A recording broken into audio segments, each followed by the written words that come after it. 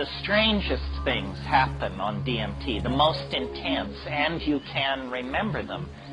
DMT is not like a psychedelic drug in the sense that you're getting into the contents of your hopes, memories, fears, and dreams. It's much more like a parallel continuum. It's much more as though you've broken through to some alien data space. One of the most puzzling things about DMT is it does not affect your mind. You know, it simply replaces the world 100% with something completely unexpected. But your relationship to that unexpected thing is not one of exaggerated fear or exaggerated acceptance, as in, oh great, the world has just been replaced by elf machinery. Your reaction is exactly what it would be if it happened to you without DMT. You're appalled. You say, you know, what happened? Because you don't feel your mind moving. You just see that the world has been replaced by something that you could not have even conceived of or imagined before. And these entities, these things which look like, you know, self-dribbling jeweled basketballs, something that the NBA might take an interest in, you see them, and they present themselves to you. They use language to condense visible objects out of the air.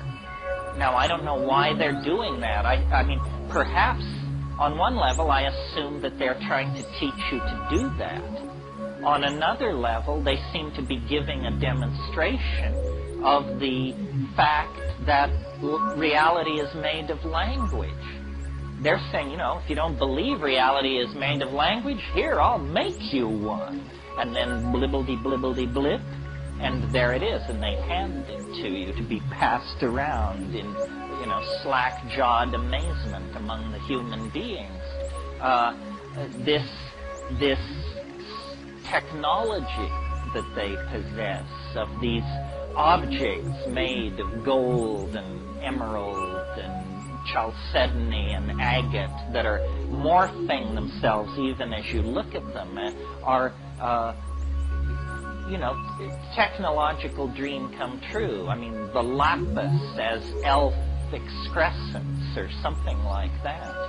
And why they're there, I don't know. And, you know, many, many questions. Where are they when you're not stoned?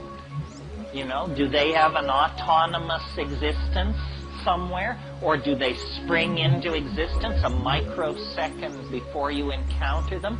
Are they rooted in the dynamics of your psyche? Or are they no more rooted in the dynamics of your psyche than the World Trade Center? It's not clear. I mean, I think I mentioned at some point, just briefly, that the archetype of DMT is the circus. These things are clowns at one level. They're clowns. I mean, when you think of the circus, it's a very complex archetype.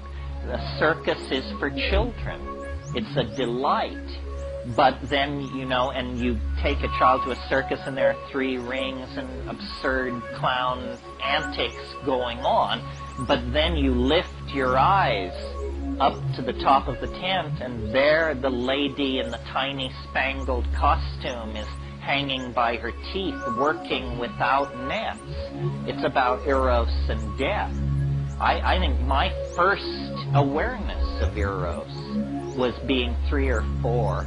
And these women in these tiny costumes spinning around and realizing, you know, if she falls, she dies. And then away from the center ring and all this action, there are the sideshows, the goat-faced boy, the thing in the bottle, the Siamese twins, and Fuzzy Charlie. All of that is also very DMT-like. It really is the archetype of the circus. I can remember when I was a kid in this small town in Colorado, every year at the 4th of July, the carnival would come to town for a week and set up, and we anticipated it throughout the year. But as soon as the carnival came to town, then you couldn't play outside after 9 o'clock at night, because carny people are different, we were told. And, you know, their means of support, sexual proclivities, and choice of intoxicants might have run counter to this Midwestern Catholic mining town I was in. And so then there's this sense of the disruption, the danger, the drama, the interest, the fun, and then they go away, and life is as if they had never been there at all. And that's what DMT is like. I mean, it's a secret of such magnitude that it's inconceivable how it has ever been kept. Because, you know, in a world where information was fairly weighted, we would spend as much time talking about DMT as we spend talking about, I don't know, the West Bank or something. And as you see, by studying our newspapers, DMT is rarely, if ever, mentioned. I mean, never would be a good rule of thumb. The Western mind is very queasy around these experiences that cast into doubt its cherished illusions about how reality is put together. And when you get to DMT, you have hit the main vein. I mean, I hold it in reserve as the ultimate convincer. I mean, that's for there are these people running around, you know, who say, oh, you people who are into drugs, give me a good branch whiskey and a little TV. I think you're deluding yourself. Say, do you? Well, have you got 5 minutes to invest in this proposition, my cheerful friend? Because if you do, have I got news for you. It also seems to me, you know, considering the fact that DMT is a naturally occurring neurotransmitter, that you return to the baseline of consciousness in 15 minutes, that it's utterly harmless. What's the matter with our critics? Why are they so phobic of it? You know, what is it? Are you tainted forever if you know the position of your enemy? Why are they so afraid to give it a chance? Well, I think I can answer my own question, quoting a wonderful thing Tim Leary said years ago. He said, LSD occasionally causes psychotic behavior in people who have not taken it. Right.